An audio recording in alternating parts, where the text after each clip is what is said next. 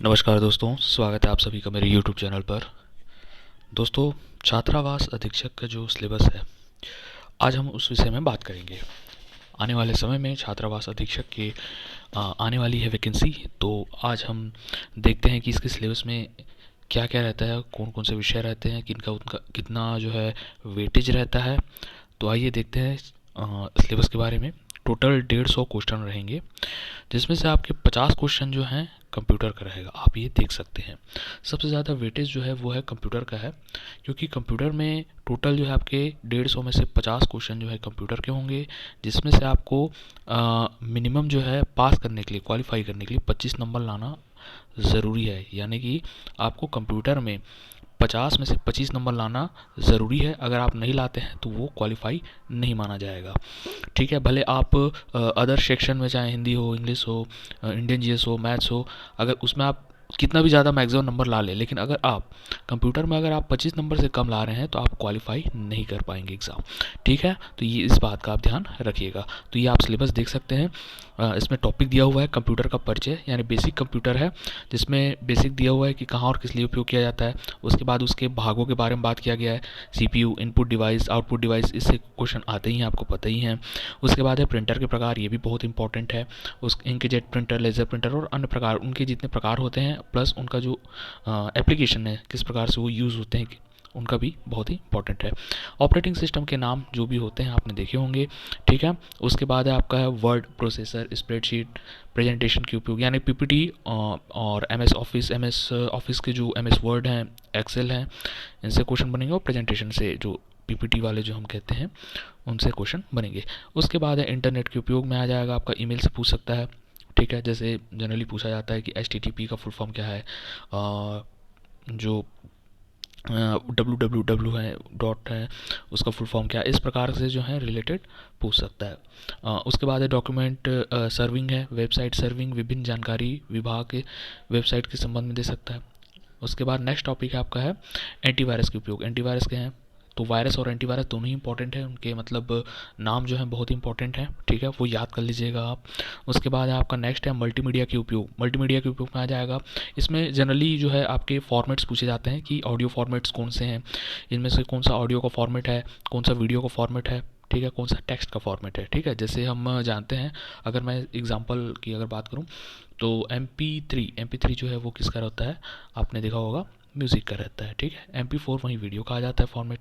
ठीक है, वहीं JPG जो है वो भी इमेज का फॉर्मेट होता है। ठीक है, तो इस प्रकार से जो है आपके इसमें ये पूछे जाएंगे। उसके बाद है आपका है मेमोरी से रिलेटेड, यानी कि CD DVD के बारे में है। उसके बाद है एक्स्ट्रा जो है वो है गूगल है, अल्टा विस्टा है, यूट्यूब की सामान्य जानकारी, जिसमें सर्च इंजन से जो जानकारी रहती है कैसे प्राप्त की जाती है, सब सामान्य जानकारियाँ इससे पूछी जाएंगी। तो ओवरऑल जो है ये कंप्यूटर का 50 क्वेश्चन रहेगा, जिसमें से आपको मिनिमम क्वालिफाई करने के लिए 25 नंबर लाना ज़रूरी है। ठीक है, ओके, चलिए देखते हैं। नेक्स्ट है, नेक्स्ट जो रहेगा सेक्शन वो रहेगा हिंदी का। हिंदी में 10 नंबर के 10 क्वेश्चन रहेंगे। क्या क्या है इसमें, स्वर है, व्यंजन है, वर्तनी है, लिंग वचन काल, संज्ञा सर्वनाम विशेषण, क्रिया का व्यवहारिक प्रयोग, समास की रचना एवं प्रकार, संधि, संधि में आ जाएंगे स्वर, व्यंजन, विसर्ग, संधि, व्याकरणीय अशुद्धियाँ दे दी होंगी शब्द, उनको आपको आइडेंटिफाई करना होगा।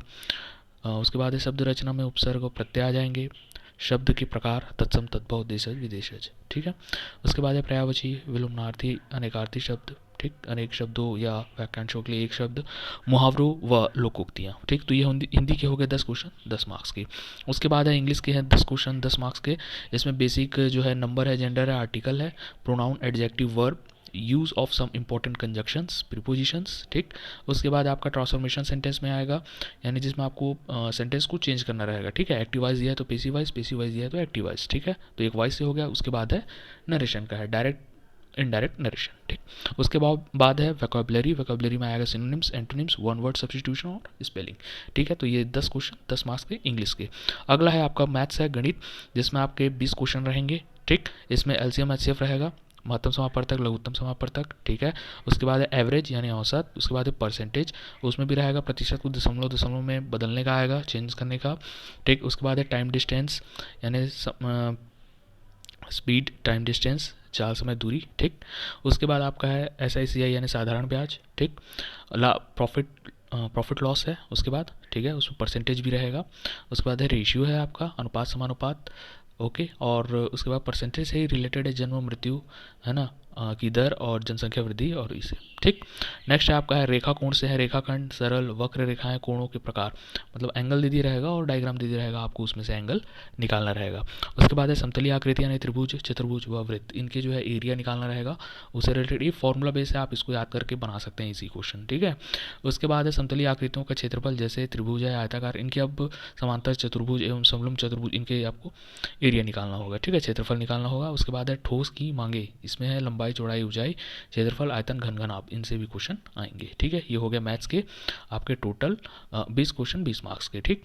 नेक्स्ट है आपका है सामान्य यानी कि जीएस। जीएस में आ जाएगा आपका भारतीय, सबसे पहले दिया हुआ है संविधान के बारे में दिया हुआ है, ठीक है। जैसा हम जानते हैं कि संविधान में क्या क्या रहता है, मौलिक कर्तव्य हो गए, मूल अधिकार हो गए, सूचना का अधिकार हो गए, सांस्कृतिक, राष्ट्रीय प्रतीक, इनसे संबंधित क्वेश्चन रहेंगे।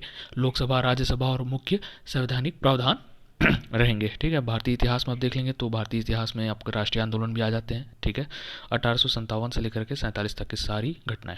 उसके बाद है भूगोल। भूगोल में भी प्राकृतिक संसाधन, पर्यावरण, ठीक है, वनस्पति, मिट्टी, उसके प्रकार, खनिज, उद्योग, ठीक। साथ ही भारत के अब इकोनॉमिक्स की बात करें तो उसमें भी आ जाएगा प्रति व्यक्ति आय, जनसंख्या, ठीक है, पंचवर्षीय योजनाएं, कृषि एवं ग्रामीण विकास, औद्योगिक विकास, भारतीय अर्थव्यवस्था की बैंक प्रणाली, इससे संबंधित पूछे जाएंगे।